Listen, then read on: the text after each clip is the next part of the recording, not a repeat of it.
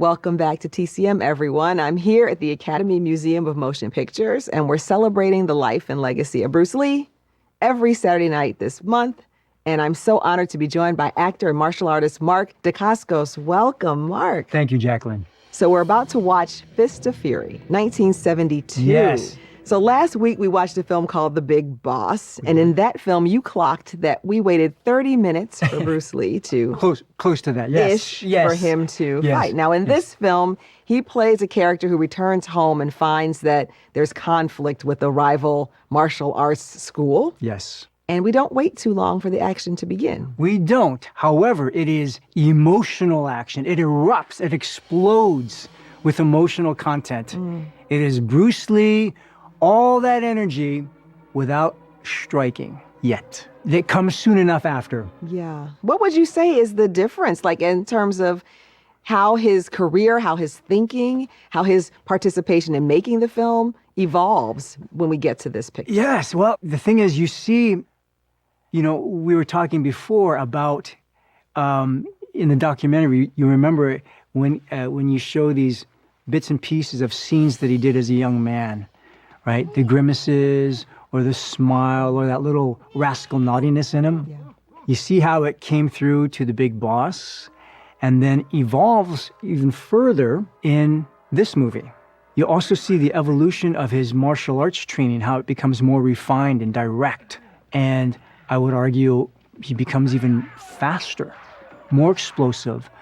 The arsenal is more varied, different techniques. You can see, to me, how he's worked with, some of his other friends in different arts and training with them what they use. How do you counter that?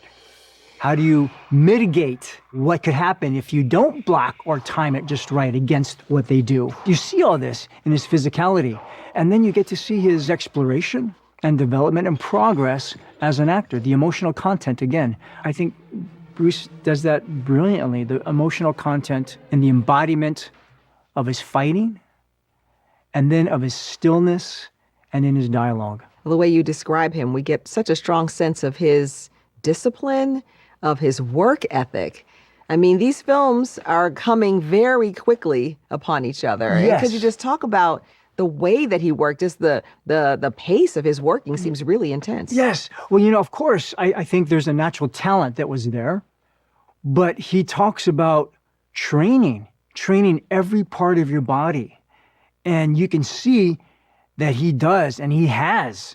And this is my guess is that knowing that he's got these movies coming up, he prepares, and that means working hard. You don't get to that speed and precision and rhythm, broken rhythm, agility without working hard. Any athlete knows that, and any martial artist that is serious, especially Bruce Lee, would do that himself.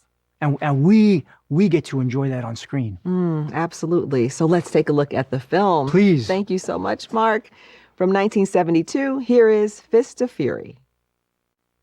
Back with me to discuss Fist of Fury, I'm here with actor and martial artist Mark Dacascos. Thank you, Jacqueline. So this film has so many fascinating scenes. Yes. One of them that's so striking to me is when he goes to a park. Yes. And he sees a sign that says, "No dogs, no Chinese," and then the guard lets a dog in. Yes. And then the other people say, if you pretend you're a dog, you can come in with us. And that's when Bruce loses it. That emotional content erupts. He embodies his emotions. And fortunately, this time, he takes it out on a sign instead of a head. Yes. He crushes that sign to pieces. Yes. But the fact that he broaches this subject, I mean, he deals with politics and all the human challenges that we put upon each other in his movies. He touches them. His movies go as deep as you want to see them. You see historically the conflict between the ethnicities, the conflict of, which style is better, all these different things. And then how far do you keep a promise before you need to break it to serve a justice? I mean, these are huge philosophical questions. Yes, absolutely. love interest. Yes. You know, how do you deal with love when there is justice and this bigger story that needs hopefully a different ending? All these things in an action movie.